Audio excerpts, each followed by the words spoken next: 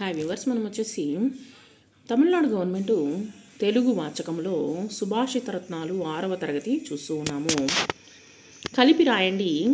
మద ప్లస్ ఇబ మజిబా,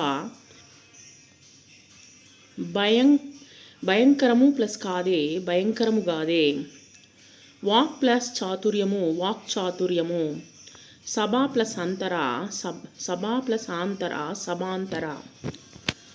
క్రింది గదులలోని అక్షరాలలో వీలైనన్ని పదాలను రాయండి. తోట, వానరుడు, వృక్షము, బాలుడు, మీసాలు అనేటువంటిది కనుక్కొని రాశాము. దుర్జనుడు ఎలాంటివాడు? దుర్జనుడు దుష్ట స్వభావము కలవాడు.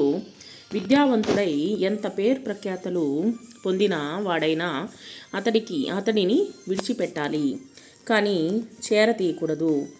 ఎలాగైతే అందమైన విలువైన మణి భయంకరమైనటువంటి విషసర్పము తలపై ఉంటే దాన్ని పొందడానికి ఎవరు ప్రయత్నించరు. కుజన సుజన మైత్రి ఎలా ఉంటుంది? దుర్జనుల స్నేహము ఉదయపు కాలపు నీడవలే అధికంగా ఉండి తర్వాత మధ్యాహ్నపు నీడవలే క్రమంగా తగ్గిపోతుంది. కానీ సజ్జనుల యొక్క స్నేహము మొదట మధ్యాహ్నపు నీడవలే కొంచెంగా ఉండి పిదప సాయంకాలపు నీడవలే వృద్ధి చెందుతుంది. ఉత్తముల గుణములు ఏవి? ఆపద కలిగినప్పుడు ధైర్య గుణాన్ని, మంచి సంపదలు కలిగినప్పుడు ఓర్పును, రాజసభలో మాటల నేర్పరితనాన్ని, యుద్ధరంగములో గొప్ప భుజబలాన్ని, కీర్తి విషయంలో ఆసక్తిని, విద్యలో అభివృద్ధి చెందాలనేటువంటి కోరికను కలిగి ఉండడము సజ్జనులు లేదా ఉత్తముల యొక్క సహజ సిద్ధంగా కలిగేటువంటి మంచి గుణాలు. మంచి శీలం కలిగినటువంటి వారికి ఎదురయ్యేటువంటి సమస్యలను ఎలా పరిష్కారము జరుగుతుందని కవి వర్ణించారు. లోకంలో ప్రజలందరూ మెచ్చినటువంటి సత్ప్రవర్తనను ఎవరు కలిగి ఉంటారో వారికి సముద్రం కూడా పిల్ల కాలువలాగే కనిపిస్తుంది.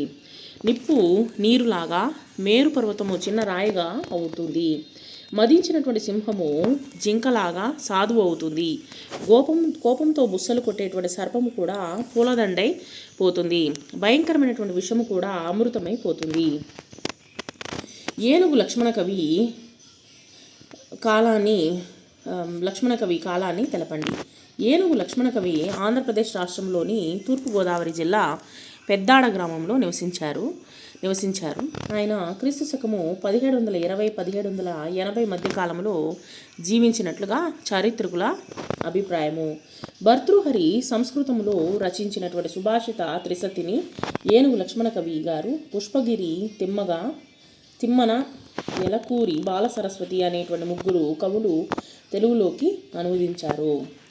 సుభాషిత రత్నావళి, రామేశ్వర మహాత్యము, విశ్వామిత్ర చరిత్ర, గంగా మహత్యము, రామవిలాసము అనేవి వీరి ఇతర ప్రసిద్ధ రచనలు.